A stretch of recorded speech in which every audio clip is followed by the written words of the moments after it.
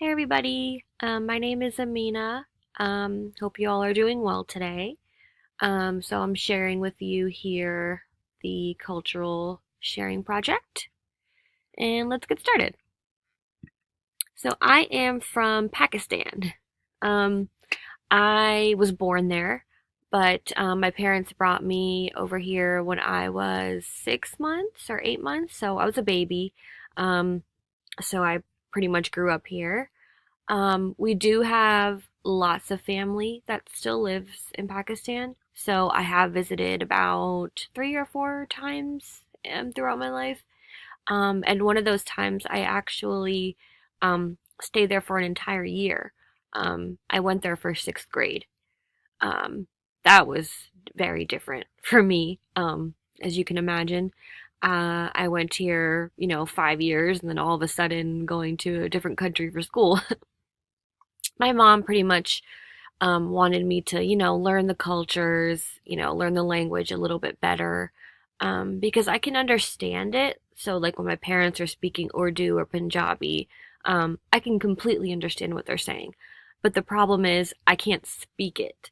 Um, that's very strange, I know, but I can't like put the words together, if that makes sense.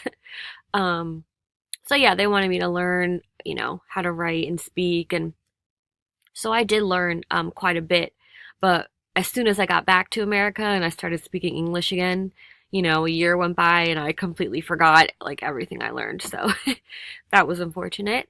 Um, but yeah, so it Pakistan looks very, very different from America. As you can see in the left-hand picture at the top, like when you get to the airport in certain areas, there are roads with lanes and traffic lights and stuff. But once you get like deeper into the cities and deeper in, everything kind of just is completely different. If you look at the middle picture at the top, you can see how it's just like, they're all just dirt roads with no lanes.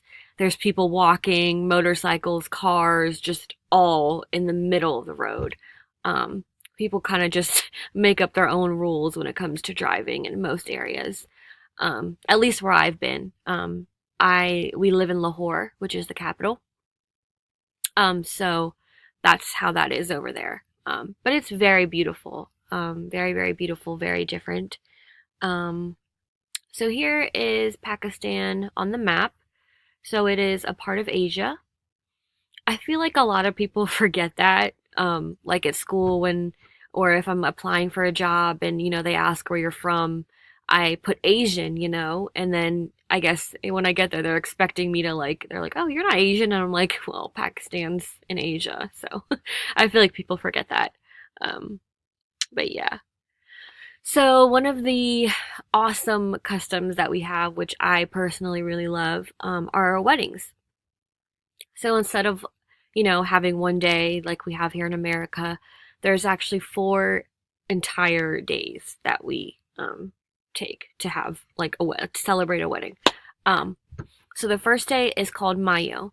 So basically on this day, the girl has to stay home for 6 days, like stay in the house for 6 days. You don't go out, you don't wear makeup, um, like any of that.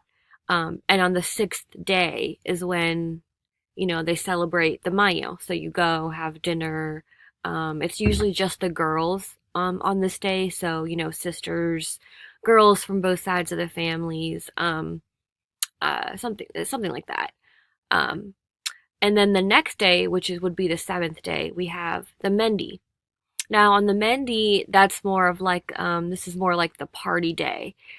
So we do henna tattoos. If you look at the first picture in the left-hand corner, like her hands, we put the henna all over the bride's hands, her legs.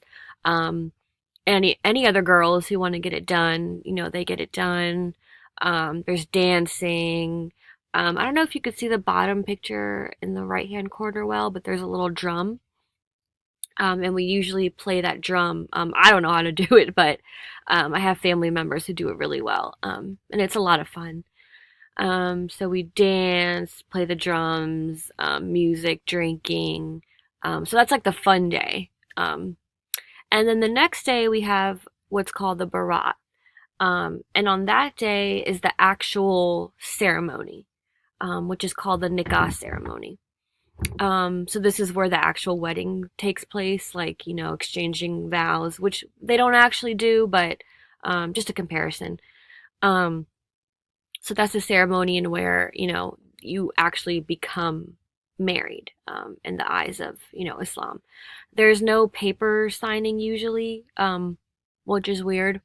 I think sometimes there is, especially here in America now. They do make you like sign the papers and stuff, but basically it's just a priest comes, recites the ceremony, and you're married.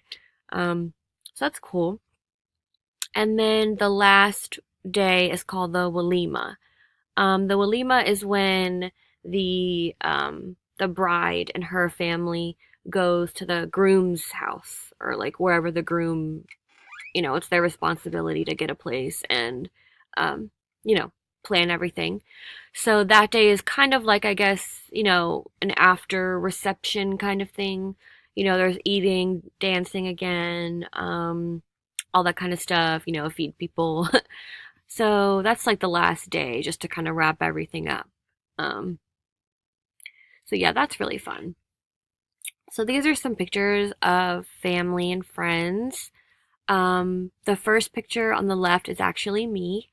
My husband and I, we actually haven't had like an American, wedding, like the actual wedding and stuff, but we did do, the Pakistani, nikah. So like if we were in Pakistan, we would be married, but here technically we're not legally married, if that makes sense.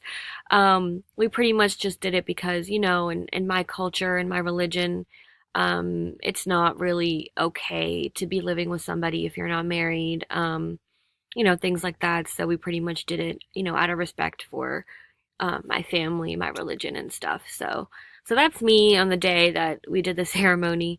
There's my mom in the second picture with my aunt. Um, the middle picture is the henna that I got done on my ceremony. It was so pretty. I loved it. There's my cousin on her wedding day, and my mom, and then another picture of my henna at the very end. So yeah. So what makes me who I am?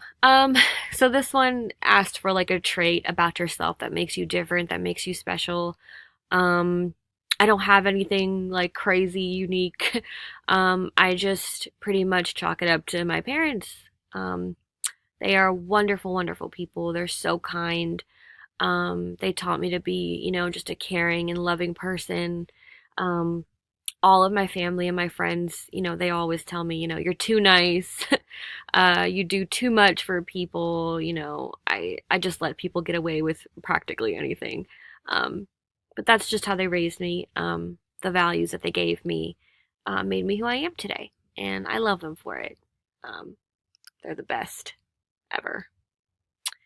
So yeah, that was pretty much it. That wraps it up. I'm really all about, learning about people's cultures and all about diversity. I'm all for it. I think people should be more open and, you know, to learning other people's cultures and, being okay with certain things and not being judgmental and things like that. I think it's a very beautiful thing. So yeah, that's pretty much it. Thank you so much. Bye.